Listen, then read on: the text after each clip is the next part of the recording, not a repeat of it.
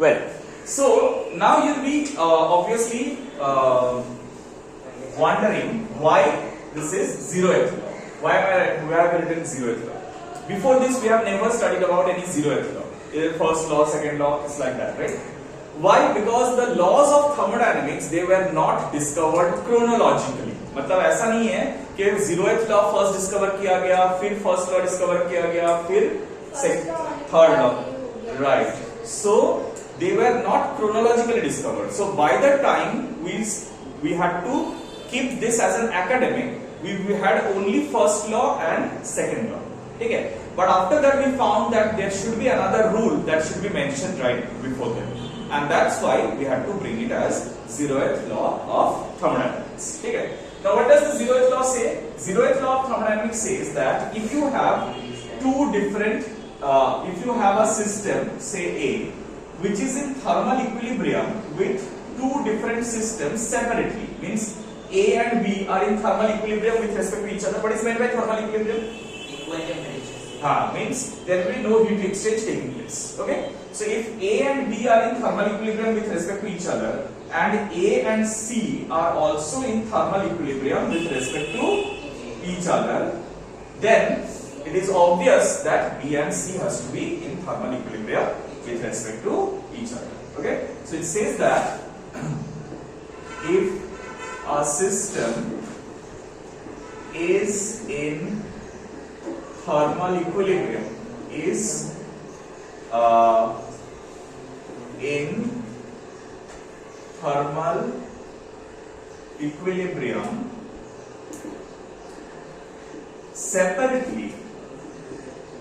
separately with two other systems, then those systems are also in thermal equilibrium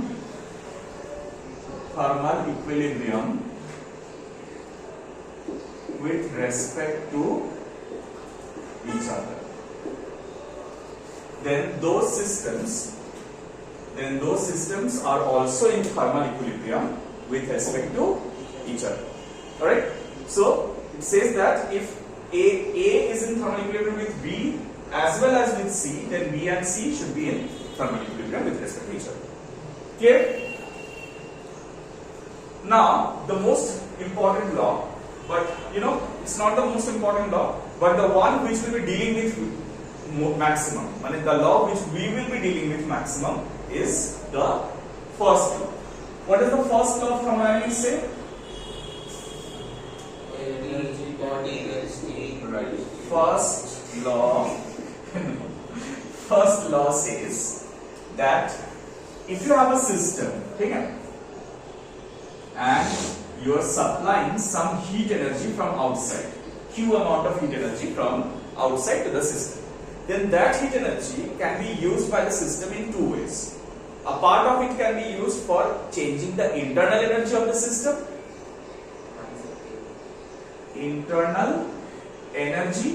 and some part can do mechanical work.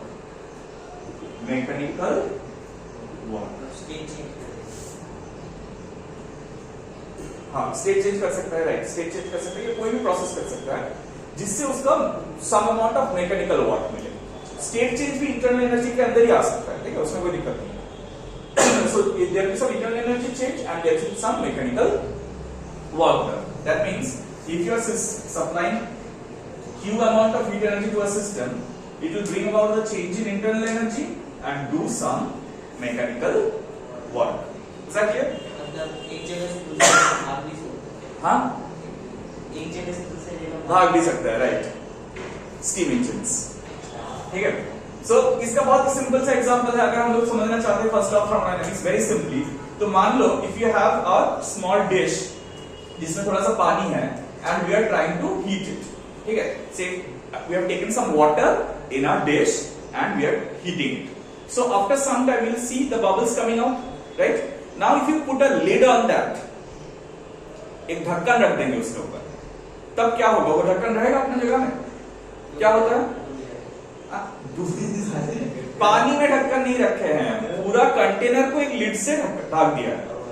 तो ढक के फिर गर्म करेंगे, तो जब बॉयल होना शुरू करेगा तब क्या होता है वो राइट वाटर वेपर उसको धक्का मारेगा ना, धक्का देगा ना, तो उसके लिए वो डिस्प्लेस करेगा, तो डिस्प्लेस करेगा मतलब वर्क डन होगा, राइट।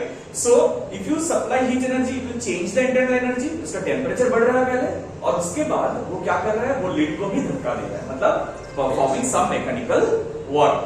समझ में? So that is what first law says, when heat energy is supplied to a system,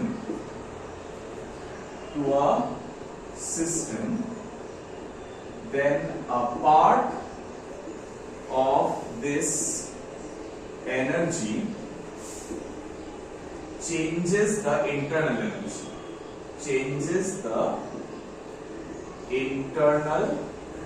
energy, of the system, and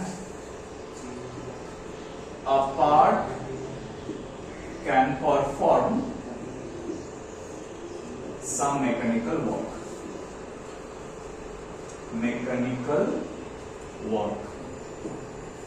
And a part can perform some mechanical work. देखो यहाँ पर can बोला गया है, मतलब मैकेनिकल वर्क होना ही पड़ेगा, ऐसा कोई जरूरी नहीं है, हो सकता है, it can perform some mechanical. नहीं, अमाउंट ऑफ हीट नहीं, कंडीशन ऑफ द सिस्टम के ऊपर डिपेंड करेगा, विल बी डूइंग सिचुएशन हम लोग डिस्कस करेंगे। बट उससे पहले हम लोग को ये समझना पड़ेगा कि ये फर्स्ट लॉ, ये जो Q equal to delta U plus W है, इसको जब हम लोग अप्लाई करेंगे ना, अप्लाई करने के लिए हम लोग को कुछ साइन कन्वेंशन फॉलो करना पड़ेगा, ठीक है। अच्छा, एक बहुत इंपॉर्टेंट चीज है, for small changes, now when you are applying this first law of thermodynamics, you have to use a sign convention. Acha, this is for regular changes, and for small changes you write dq equal to du plus dw. Remember, this d denotes small value, okay, but when you write for specific changes you never write delta q, याद रखना delta Q और delta W बोल के कुछ नहीं होता है, ठीक है। क्यों? Because they our path variables, path variables never have delta, path variables में चेंज नहीं होता है। Why? Because they only depend on the path. So initial final state के ऊपर जो डिपेंड करता है उसका ही सिर्फ चेंज होता है। चेंज माने की final value minus initial value. So if it is a path variable, it will not have any changes. It will have some values. समझ में आया? अच्छा, now what is the sign convention? This is very important. Convention. Sign convention क्या है first law के लिए? First law के लिए साइन कन्वेंशन है for heat. Heat के लिए क्या साइन कन्वेंशन है? If heat is supplied to the system, heat is supplied to the system, that is heat absorbed by the system, okay, that is positive, alright, and if heat is released by the system,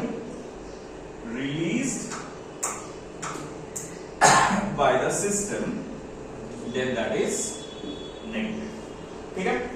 और work के लिए कौन सा positive है और कौन सा negative? For work, if volume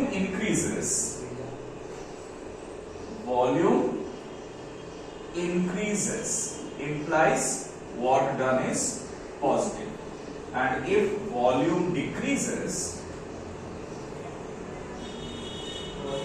that implies work done is negative. So yeah, एक क्वेश्चन है सर, वॉल्यूम अगर कोई वर्क किया गया तो वॉल्यूम को कंप्रेस करके ना, वो तो बाहर वाला वर्क ना, यहाँ पर तो हम लोग सिस्टम के बारे में काम कर रहे हैं कि सिस्टम खुद से वर्क पॉजिटिव कब करेगा? जब वो एक्सपैंड करेगा, और हाँ नेगेटिव करेगा तो वो कम। समझ में आया? So that these are the two laws. Now we have to apply these laws. ये laws को अप्लाई करना पड़ेगा, ठीक है।